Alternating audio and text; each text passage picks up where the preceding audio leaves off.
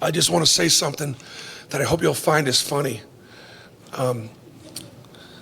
I was prepared to win, but I was also prepared to lose, which I've done a lot in this building.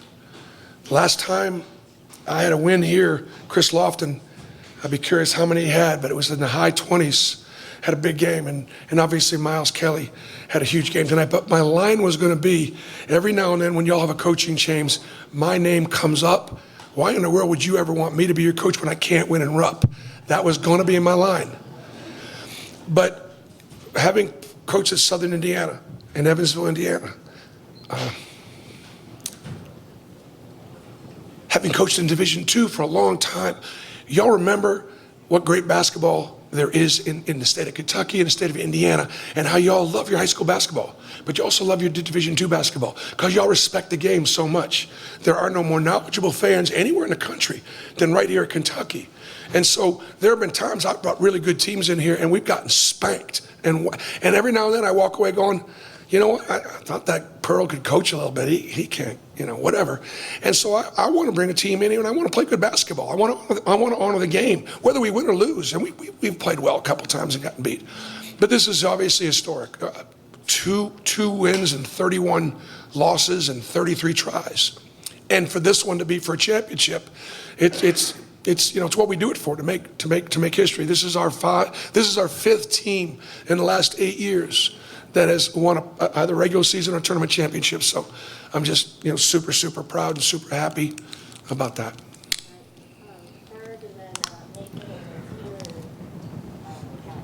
BP, what does it say about the depth of your team that you had no Denver in the second half, you only get 9 from Janai, and you put 94 up in here? I think it says a lot about the culture. It says a lot about the chemistry. It says a lot about the guys calling up the Lord, giving God the glory, and trying to the best of their ability to live that life. And Denver Jones only plays 11 minutes. He's our starting point guard. He's our best defender, and he just can't go. Good news, it was X-rayed, bone bruise, so he's going to recover from it.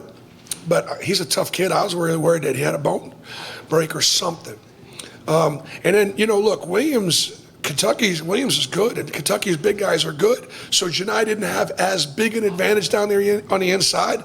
And so we knew we were going to have to make shots against Kentucky. Why? Because if you get in there and you throw some stuff up and they block shots and they get you in transition, that's when the Wildcats are really good. They're great in transition. So we wanted to make sure that we ran our offense, didn't turn the ball over, except some bad shots with some spacing.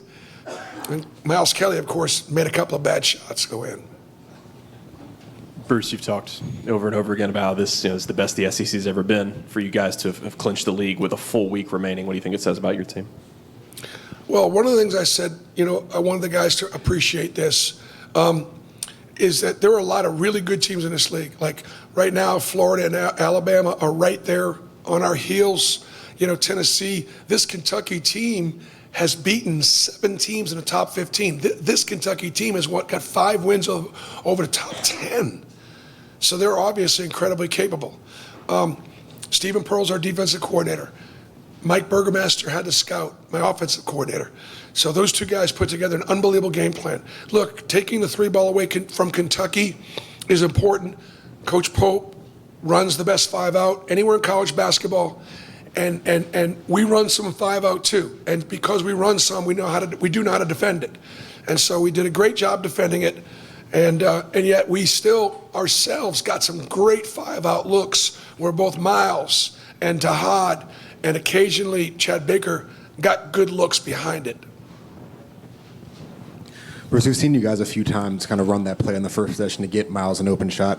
So what does it mean for his confidence in just the offense the whole getting started when he, knocks down that open shot to start the game? Scouting is so good. I guarantee you Kentucky knew one of the first looks was going to be a screener for Miles Kelly. And, when you call that number, when you call his play early, obviously I'm sending him a message that, that we have confidence in him. And he obviously knocked a bunch of big shots down. Bruce, all of your guys play with confidence, and it seems like that's recurring year after year. Why or how do you inject that much confidence into them? Pat, I think that one of the things that coaches got to do, number one, it is our responsibility to get our teams to play harder and more effort and energy than the opponent. A lot of coaches don't think you should coach effort and energy. I think you have to. The second thing is, I think every player's got great strengths. Every player has got weaknesses. And my job as head coach is to put my players in positions to be successful. And when they are, they're going to have more confidence because they're going to look good at the stuff they're good at. And so I think that's part of the reason why, they play with confidence. And then the last thing would be this. The simple trade-off with me and them are bad shots, are not an issue. Take a possession off, pass on a physical play, don't sprint back in transition because you're tired. I got issues with that. But making mistakes, get to the next play. Bruce, Tahad played basically the entirety of the second half, had to run the offense throughout. What did you kind of see from him? I mean, Todd Pettiford has not started a game and has not said one word to any of his coaches. His family has not said a single word because he was raised right. And look, guys, there are still great stories about kids that want to be coached. They want to be held accountable. And kids that aren't, I spoil my children, but I will slap the rotten right out of them. We all spoil our kids, don't we? But we ain't going to spoil them rotten. And that's why I want to coach. And that's why I want my kids to feel they're loved. But when they do behave selfishly, or they do behave in such a way that either God's not going to bless it or it's going to bring the team down, we call it out. We call it out. And so, I mean, Todd's been great. And he's got great courage. As a freshman, the senior's done a great job kind of embracing him. And, to play the entire game and to, have Butler guarding him sometimes and not have a turnover is incredible.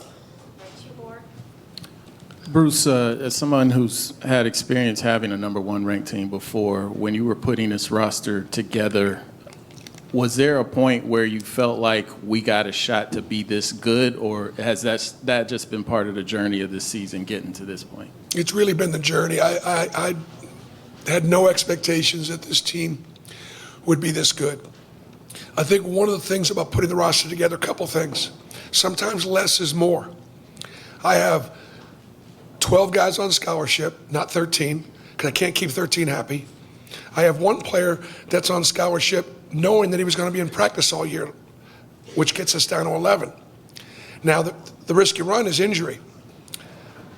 But taking that risk, my guys are almost all my guys are playing.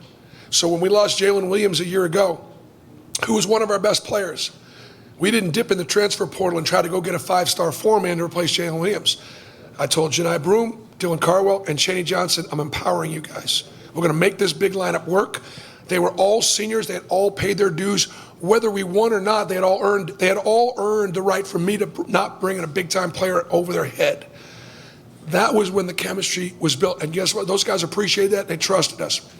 And then, I think you can still make great decisions in the transfer portal. Kentucky's got some terrific players at the transfer portal.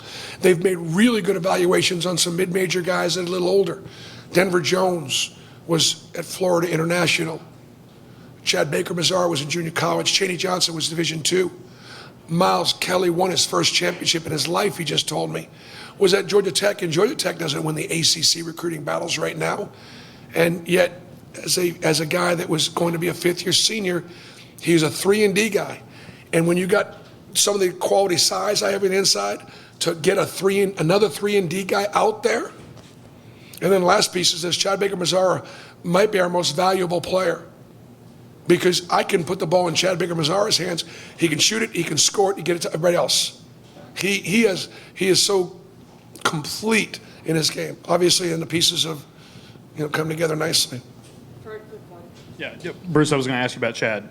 Back-to-back 22-point games. You know how, obviously, physically what he's had to go through, the sickness and the injuries, just for him to catch fire like this late in the year. What does that mean for y'all as a team? Well, he's healthy. He's healthy now. And, his dad lives and works in the Dominican as a coach, and, has spent way more time in Auburn trying to support his son. and help his son. And, families are a huge part of these young people's success, so on and so forth. So obviously it takes a village. Corey Williams, one of my assistant coaches, has developed a very good relationship, trusting relationship with Chad. One of the things Tom Davis taught me this. Tom Davis said, you got to let the players be who they are. Now, there are times when Chad is so passionate and he takes that passion and it goes in the wrong way. And it doesn't reflect necessarily well on him or on Auburn. But I'm not trying to change who he is. I'm trying to have it be a situation where he can be himself and just grow and learn. And this is the second game in a row he hasn't got a technical foul. We're making progress. All right, thanks, Coach. Okay, thank you.